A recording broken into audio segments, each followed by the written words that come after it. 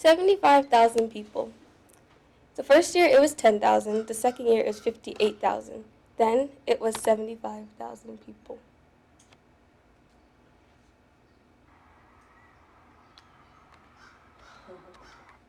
Okay. In 2016, 75,000 people attended KCON in LA and New York.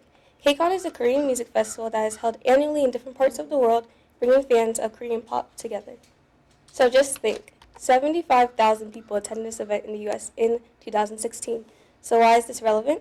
Korean pop music has been making an impact in the American music market as many artists venture into the US to gain more recognition and expand their presence to a wider audience, which leads me to what we'll be discussing today, K-pop breaking into the US. So we're going to talk a bit about what Korean pop is, as well as some background on it, how it entered the US mainstream, and then accomplishments some Korean pop artists have made in the US. So I'm pretty sure a lot of you guys probably don't know what Korean pop is, and it's kind of exactly what it sounds like it is. Korean pop is a genre that originated in the South Korea, and it's not just pop music. It has a lot of influences of R&B, hip hop, rap, and dance music as well.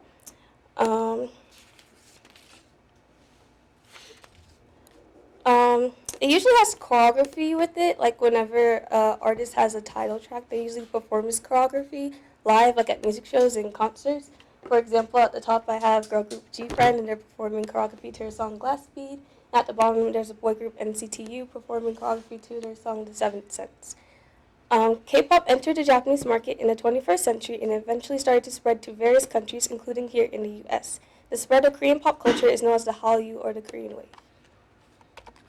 So a little bit of history on Korean pop. Basically, think, I guess, Backstreet Boys, but if they had a little bit more swag. And if they did hip-hop, and you get So Taji and Boys. They came into the Korean music scene in 1992, and they had a lot of influences from Western pop music, which is us in the US, and they incorporated that into their sound. And this was a big culture shock for South Korea because no one's ever did that type of sound before in the music industry over there, but it's potentially changed the music game for Korea, and that's why nowadays in modern K-pop you see a lot of Western influences in the music. So, you guys know a little bit more about what K-pop is, and you're probably wondering, well, how did something all the way from South Korea get all the way over here and people know a little bit of what it is? And I'm pretty sure everyone in this room has heard of this song before, and if you haven't, you've probably been living under a rock. And that song is...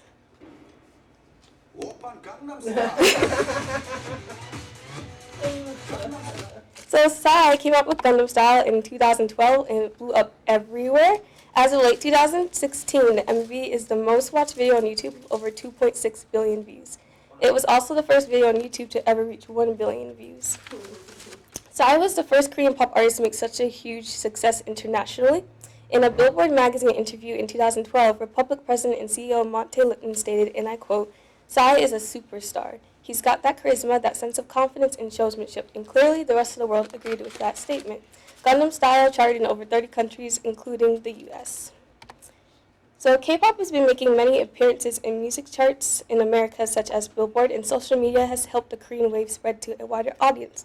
Due to the international level of K-pop has been reaching, it's giving K-pop artists more opportunities to enter the US music market. Korean pop artists have made many ventures into the US. Some have been a little bit more successful than others, but there are many times where artists in Korea have made their impact in America. So one of the first was in 2006. Solo artist Rain held a sold-out show at Madison Square Garden, actually 2 sold-out shows. And if you don't know, Madison Square Garden, not just anyone really plays in Madison Square Garden. It's a huge honor to play it. A lot of really big artists like Prince, Michael Jackson, AC/DC, they played at this venue. So the fact that Korean artists could not only hold a show at this venue, but sell out 2 shows is pretty impressive. Okay. In 2009, girl group Wonder Girls performed their single Nobody on So You Think You Can Dance. Okay. February 2012, girl group Girls' Generation performed their English version of their single The Boys on the David Letterman show. And they were the first Korean group to perform on live television. November 2012, Madonna performed Gangnam Style with Psy at Madison Square Garden. Okay. December 2012, New York Times put 21 and Big Bang's performances at the Prudential Center in New Jersey as one of the best concerts of 2012. Okay, April 2015 through March 2016, Big Bang went on their Made World Tour, and this tour held many different shows around the world, including some shows in the U.S., and this tour gathered over 1.5 million fans around the world, and this made this tour the biggest tour held ever by a Korean act, as well as the most attended concert by a Korean act in the U.S., Canada, and Australia.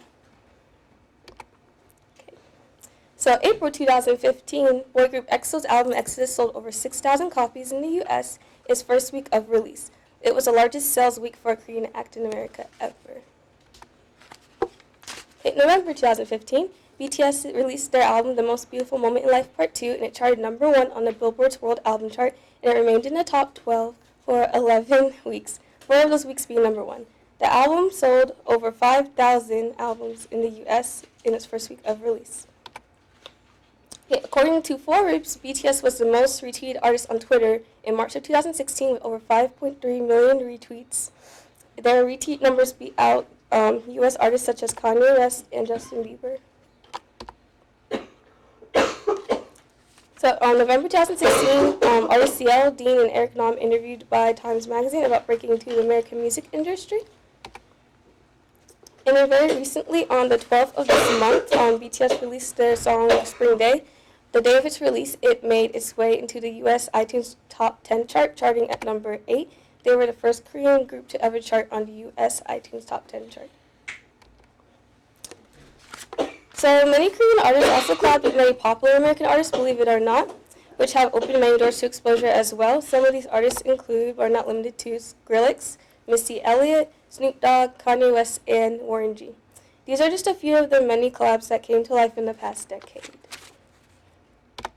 So you guys have some insight on what Korean pop is, the impact the Korean wave has been making, and the growing recognition that K-pop artists are gaining in America. Many critics and fans have their own theories on where they think K-pop will be in the near future.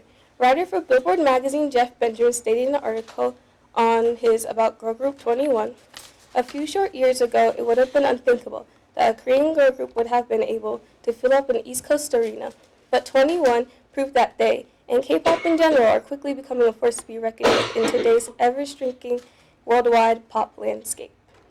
It will be interesting to see what K-pop will have in store for America in the near future, and how much of a greater impact the Korean wave will have on the U.S. Thank you.